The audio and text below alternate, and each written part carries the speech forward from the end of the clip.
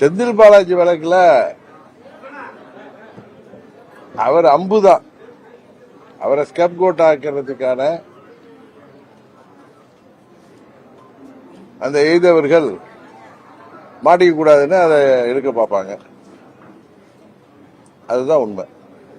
பல்வேறு வழக்குகள்ல தமிழக அரசுக்கு திமுக அரசுக்கு உச்சநீதிமன்றம் கண்டனம் தெரிவிச்சு அவங்க இப்படிலாம் தொடர்ச்சி எழுதிட்டு போடுவாங்க. ஏன்னா அவங்கள பொறுத்த வரைக்கும் அந்த குடும்பம் நல்லா இருக்கணுங்கிறதுக்காக மக்களையே வாக்குறுதிகள் எல்லாம் சொல்லி ஏமாத்திட்டு வர்றவங்க 200 தொகுதியில ஜெயிச்சிருவோம், 210 தொகுதியில ஜெயிச்சிருவோம்னு சொல்லி மக்களை ஏமாற்றி வருபவர்கள் ஆட்சி அதிகாரத்திற்காக எதையும் செய்வார்கள். அந்த கண்டனத்தெல்லாம் அவர்கள் தொடர்ச்சி எழுதிட்டு போயிடுவாங்க. ஒன்றும் அவங்க பெருசா எடுத்துக்க மாட்டாங்க. மக்கள் தான் இதுக்கெல்லாம் தக்க பாடம் வர்ற தேர்தலாம் கொடுப்பாங்க.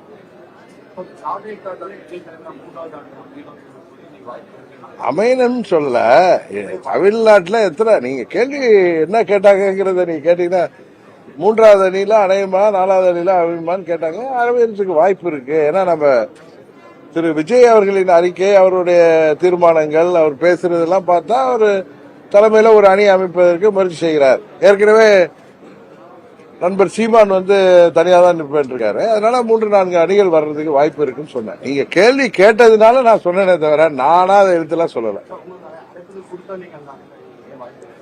யூகத்துக்கெல்லாம் பதில் சொல்ல முடியாது. நாங்க ஏற்கனவே தேசிய ஜனநாயக கூட்டணியில் இருக்கோம். ஒரு கூட்டணியில் இருக்கிறப்ப அழைப்பு கொடுக்குறாங்க. கல்யாணமா அடுத்த வீட்டு கல்யாணத்துக்கு போயிட்டு வருது. நேற்று அவர் எடப்பாடி பழனிசாமி பேசுறப்ப தேசிய ஜனநாயக கூட்டணியில தமிழகத்துல அதிமுகவும் நாங்களும் இருக்கோம். சாரி, அதிமுக பாஜக கூட்டணியில பல கட்சிகள் இருக்காங்கிற மாதிரி என்ன முரண்பாடு அவர் சொல்றது கரெக்டான. ஏற்கனவே நாங்க தேசிய ஜனநாயக கூட்டணி 2024 தேர்தலில் மீண்டும் மோடி அவர்கள் பிரதமராக வேண்டும் என்பதற்காக தமிழகத்தில் உருவாக்கப்பட்ட கூட்டணி தேசிய ஜனநாயக கூட்டணி. அதுல நான் அண்ணன் பன்னீர்செல்வம் அவர்கள்லாம் இணைஞ்சிருந்தோம், தேர்தலையும் போட்டிக்கிட்டோம். அப்ப நீங்க சொல்றவர் தனியா போய் 3வது அணியா நின்னார். அந்த கட்சி இப்ப எங்க கூட வந்திருக்கு. அதனால அவங்களுடைய கூட்டணி பாஜக அவங்க ஏதோ அதுக்கு என்ன ஒரு அர்த்தம் சொல்றாங்க, இல்ல அதுக்கு ஏதோ ஒரு வார்த்தையில ஏதோ ஜாலம் பண்றாங்க. நான் சொல்றது யதார்த்தத்தை சொல்றேன். நாங்க எல்லாம் தேசிய ஜனநாயக கூட்டணியில இருக்கோம்.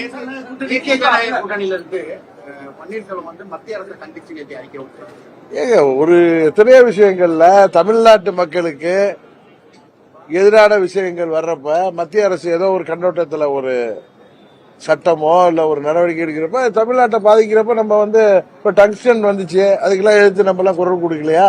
அது மாதிரி குரல் கொடுக்கறதுனால நீங்களா ஊடகங்கள் அதுக்கு ஒரு பொழிப்புரை எழுதிட்டு இருந்தீங்கன்னா அதுக்கெல்லாம் அர்த்தமா? இல்ல, எனக்கு அது என்ன மேட்டர்னே தெரியாத. நீங்க கண்டிக்கிறீங்கன்னா என்ன மேட்டர்னு சொல்லுங்க.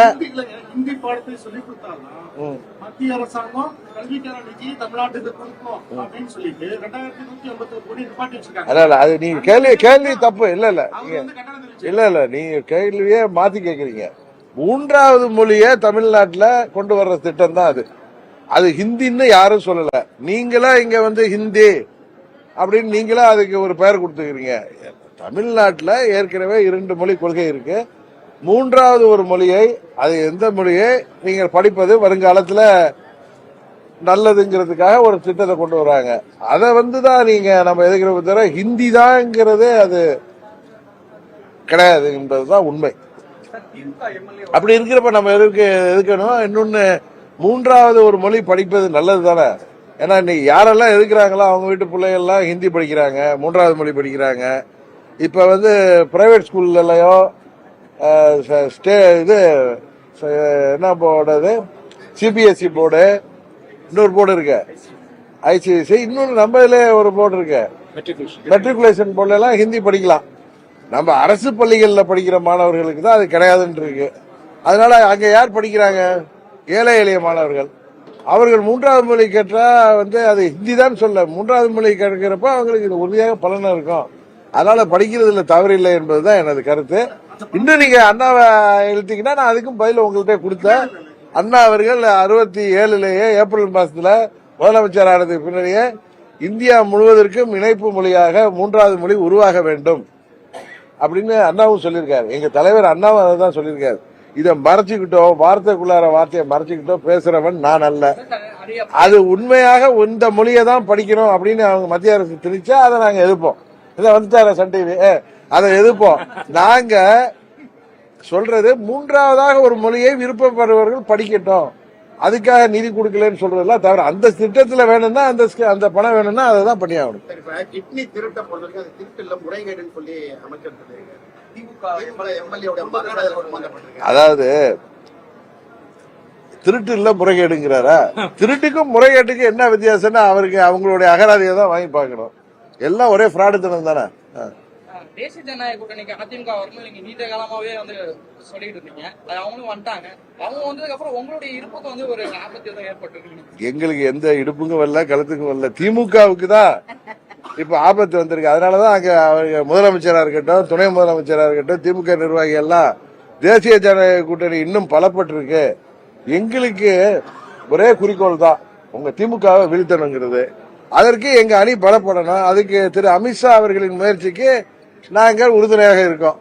அதுக்கு புதிய கட்சிகள்லாம் வரணுங்கிறத சொல்றோம். அதுல அம்மாவுடைய கட்சி வந்திருக்கு. அந்த தலைமைக்கு எங்களுக்கு எத்தனையோ கருத்து வேறுபாடு இருக்கலாம், எங்களுக்கும் அவர்களுக்கும் பிரச்சனைகள் இருக்கலாம்.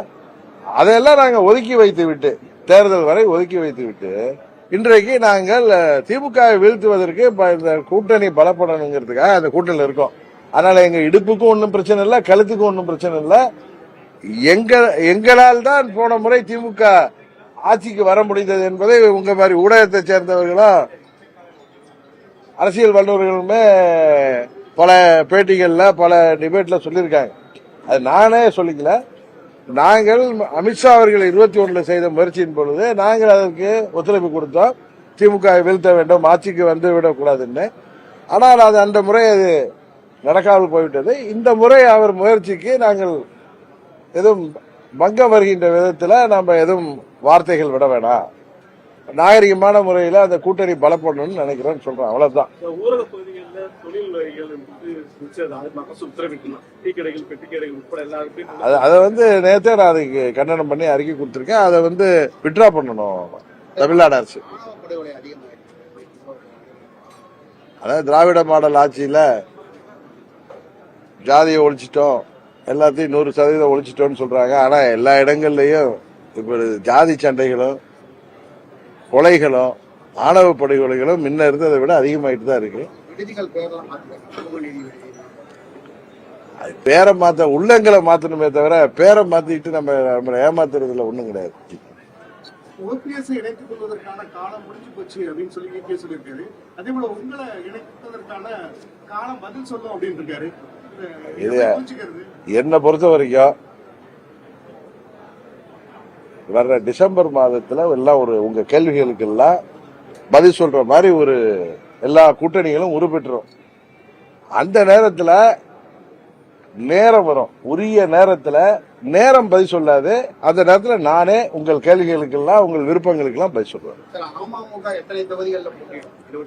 எங்க தொகுதியில எங்க கட்சியில யாரெல்லாம் தகுதியான வேட்பாளர்களோ அவர்கள் எல்லாம் உறுதியாக நீங்கள் விரும்புகிறபடி அவர்கள் எல்லாம் போட்டியிடுவார்கள்.